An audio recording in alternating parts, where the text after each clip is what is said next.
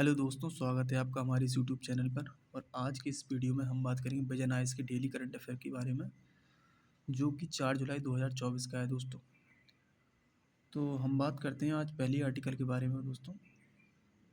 पहले आर्टिकल का नाम है दोस्तों, शिक्षा को राज्य सूची में वापस लाने की मांग की जा रही है दोस्तों राज्यों द्वारा। इसमें बताया गया है कि वर्तमान में शिक्षा संविधान की 7वीं अनुसूची की समवर्ती सूची में शामिल है दोस्तों। इस कारण केंद्र और राज्य दोनों ही इस विषय पर कानून बना सकते हैं, है ना दोस्तों। इसके बैकग्राउंड के बारे में बात करते हैं दोस्तों। तो भारत शासन अधिनियम 1935 के तहत शिक्षा को प्रांतीय विधान सूची में रखा गया था। उसके बाद जब स्वतंत्र हुआ हमारा देश, तो उसमें मूल संविधान में शिक्षा को 7वीं अनुसूची की राज्य सूची में शामिल किया गया था दोस्तों। फिर जब स्वर्ण सिंह समिति गठित की गई, तो उसने सिफारिश की जिसके अनुसार 42वें संविधान संशोधन 1976 द्वारा इसे समवर्ती सूची में स्थानांतरित कर दिया गया दोस्तों, जिसका कोई कारण नहीं बताया गया। शिक्षा को समवर्ती सूची में लाने के क्या लाभ हैं दोस्तों। तो इसमें बताया गया है कि विषय के रूप में शिक्षा पर अखिल भारतीय नीतियाँ तैयार करना संभव हो पाता है दोस्तों। तो आप जानते होंगे जैसा कि दोस्तों कि राज्य सूची के विषय में केवल और केवल राज्य सरकारें ही कानून या नियम बना सकती हैं दोस्तों। हालांकि कुछ अपवाद हैं जिनको छोड़ दें हम, तो जैसे कि आर्टिकल 249 होगा या आपातकाल हो गया, है ना।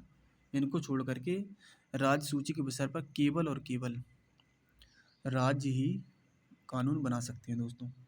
जबकि अगर हम समवर्ती सूची की बात करें, तो उसमें केंद्र और राज्य दोनों ही कानून बना सकते हैं समवर्ती सूची के विषय पर, है ना दोस्तों। इसीलिए शिक्षा को समवर्ती सूची में रखा गया था, ताकि केंद्र और राज्य दोनों ही कानून बना सकें, है ना दोस्तों। और एक और कारण था दोस्तों कि अगर समवर्ती सूची में केंद्र और राज्य दोनों ने कानून बनाया, तो केंद्र का पल्ला भारी होता है यहाँ पर दोस्तों। ताकि जो है इसका जो दूसरा पॉइंट है, इसमें बताया गया है इसका सॉल्यूशन राज्यों द्वारा संचालित विश्वविद्यालयों में गैर पेशेवर तौर तरीकों और भ्रष्टाचार को दूर किया जा सकता है। यही कारण था दोस्तों कि केंद्र द्वारा भी इसको, मतलब कि समवर्ती सूची में इसे रखा जाएगा, तो केंद्र भी इस पर कानून बनाएगा, जिस कारण से भ्रष्टाचार को कम किया जा सकता था दोस्तों, है ना। इसका जो तीसरा पॉइंट है, इसमें बताया गया शिक्षा को राज्य सूची में स्थानांतरित करने की मांग के क्या कारण है दोस्तों। तो इसमें कारण पहला बताया गया कि सभी समस्याओं का एक हल। इसमें बताया गया कि भारत जैसे विविधतापूर्ण देश के लिए यह दृष्टिकोण ना तो संभव है और ना ही वांछनीय है। ऐसे में पूरे देश के लिए एक ही शिक्षा नीति या कार्यक्रम प्रभावी सिद्ध नहीं हो सकता दोस्तों। दूसरा पॉइंट बताया कि शिक्षा पर राजस्व व्यय। इसमें बताया कि शिक्षा पर बजटीय व्यय का विश्लेषण 2022 के अनुसार शिक्षा पर 24% खर्च केंद्र द्वारा किया जाता है, जबकि 76% खर्च राज्यों द्वारा किया जाता है। इसमें कहा गया है दोस्तों कि जब बजट राज्यों द्वारा अधिक किया जाता है खर्च, तो फिर केंद्र को कि उसमें नियम बनाने की क्या ज़रूरत है दोस्तों, है ना।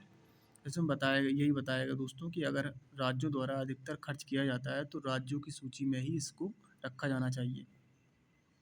और बताया गया है आखिरी पॉइंट कि पाठ्यक्रम को प्रत्येक राज्य की आवश्यकताओं के अनुसार तैयार किया जा सकता है दोस्तों। प्रत्येक राज्यों की अपनी अलग अलग रिक्वायरमेंट होती है, उसी के अनुसार भी पाठ्यक्रम को निर्धारित किया जा सकता है दोस्तों। इसीलिए राज्य सूची में इसको रखने की मांग की जा रही है दोस्तों। अब हम बात करते हैं कि जो अंतर्राष्ट्रीय व्यवस्था हैं, उनमें क्या क्या प्रावधान है दोस्तों। तो हम बात करते हैं यूएसए की, तो इसमें भी राज्य और स्थानीय सरकारें ही जो शिक्षा का विषय है उस पर कानून बनाती हैं दोस्तों। जो केंद्र है वो केवल और केवल वित्तीय सहायता देने वाली जो नीतियाँ हैं उन पर ही केंद्रित होती है दोस्तों। कनाडा में बात करें तो इसमें भी प्रांतों द्वारा ही शिक्षा का प्रावधान किया जाता है दोस्तों। जर्मनी में भी वित्तीय शक्ति राज्यों के पास है। दक्षिण अफ्रीका में वही स्थिति है दोस्तों।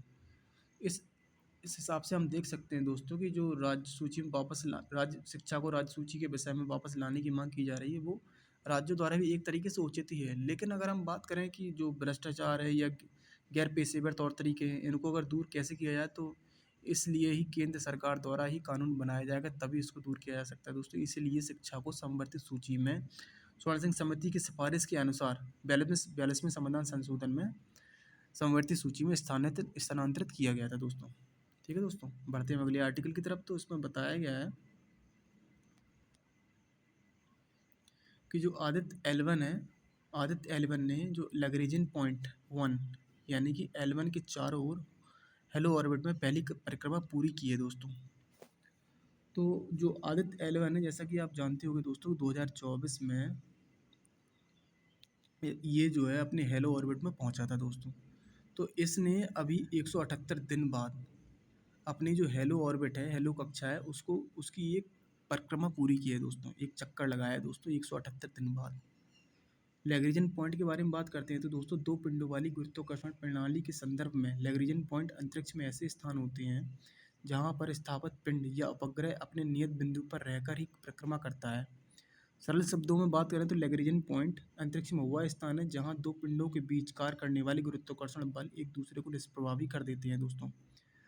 इस स्थान का उपयोग अंतरिक्ष यान या उपग्रहों को दो बड़े पिंडों सूर्य और पृथ्वी के मध्य न्यूनतम ईंधन खपत के साथ एक निश्चित स्थिति में बने रहने के लिए किया जाता है दोस्तों। ये भी बात सही है दोस्तों, दो पिंडों वाली गुरुत्वाकर्षण प्रणाली के लिए कुल 5 लैग्रेंजियन पॉइंट है जिन्हें हम L1, L2, L3, L4, L5 के रूप में दर्शाया जाता है।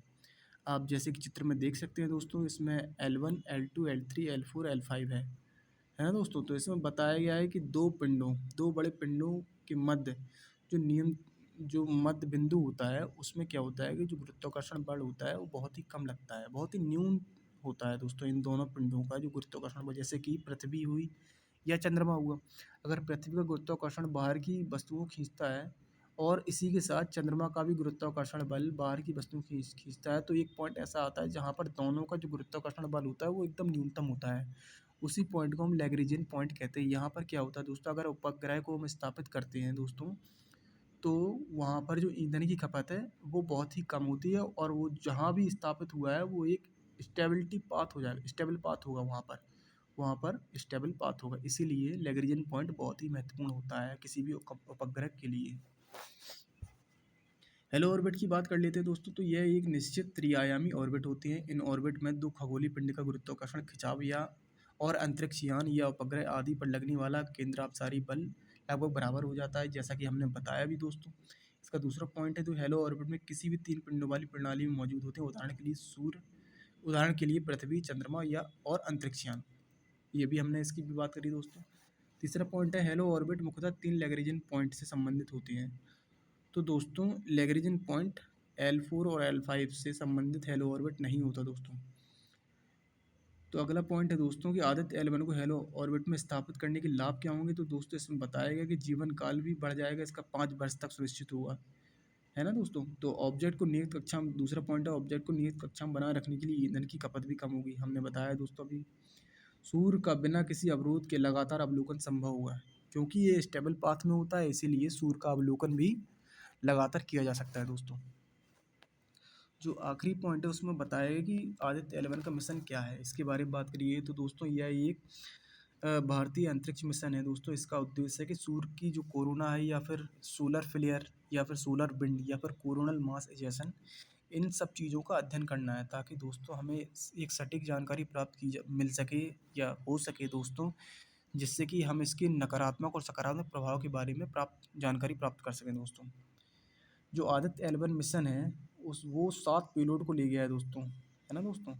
इसके बारे में आप देख सकते हैं दोस्तों, विजिबल एमिशन लाइन क्रोनोग्राफ हो गया, दूसरा BELC हो गया, solar ultraviolet imaging telescope हो गया और स्वीट हो गया, आदि आदि इन सभी को ले गया है दोस्तों। बढ़ते हैं अगले आर्टिकल की तरफ दोस्तों। तो जो हमारा हमारा जो अगला आर्टिकल है उसमें बताया गया है कि केंद्र सरकार चरम निर्धनता के मापन के लिए एक राष्ट्रीय संकेतक विकसित कर रही है दोस्तों। सरकार ने हाल ही में जारी नेशनल इंडिकेटर फ्रेमवर्क 2024 में कहा है कि वह चरम निर्धनता यानी कि एक्सट्रीम पॉवर्टी के मापन के लिए एक राष्ट्रीय संकेतक विकसित कर रही है, नेशनल इंडिकेटर विकसित कर रही है दोस्तों।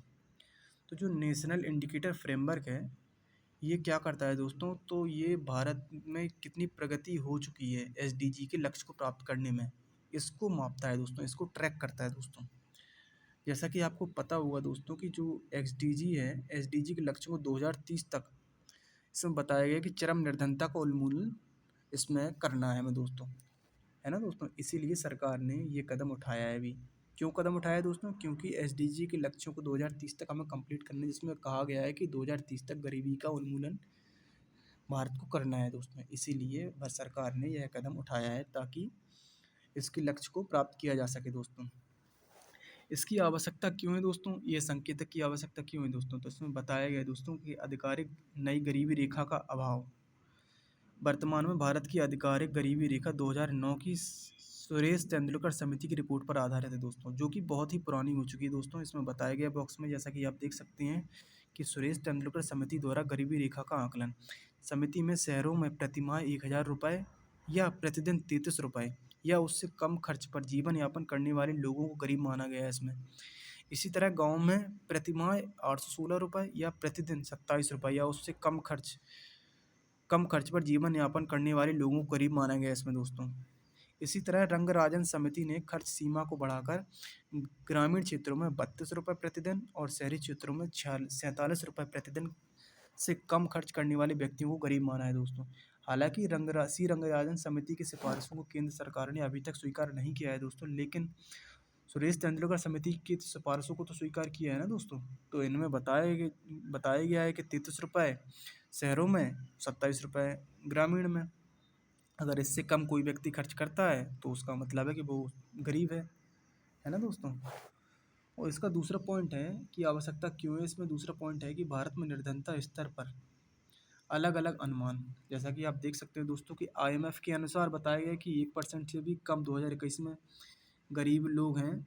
1% 2021 में 1% से भी कम जो भारतीय लोग हैं वो चरम गरीबी में जीवन यापन कर रहे हैं। हालांकि विश्व बैंक ने क्या कहा है दोस्तों 2021 के डेटा में कि 12% लोग, लगभग 13% लोग भारतीय चरम गरीबी के स्तर में हैं दोस्तों।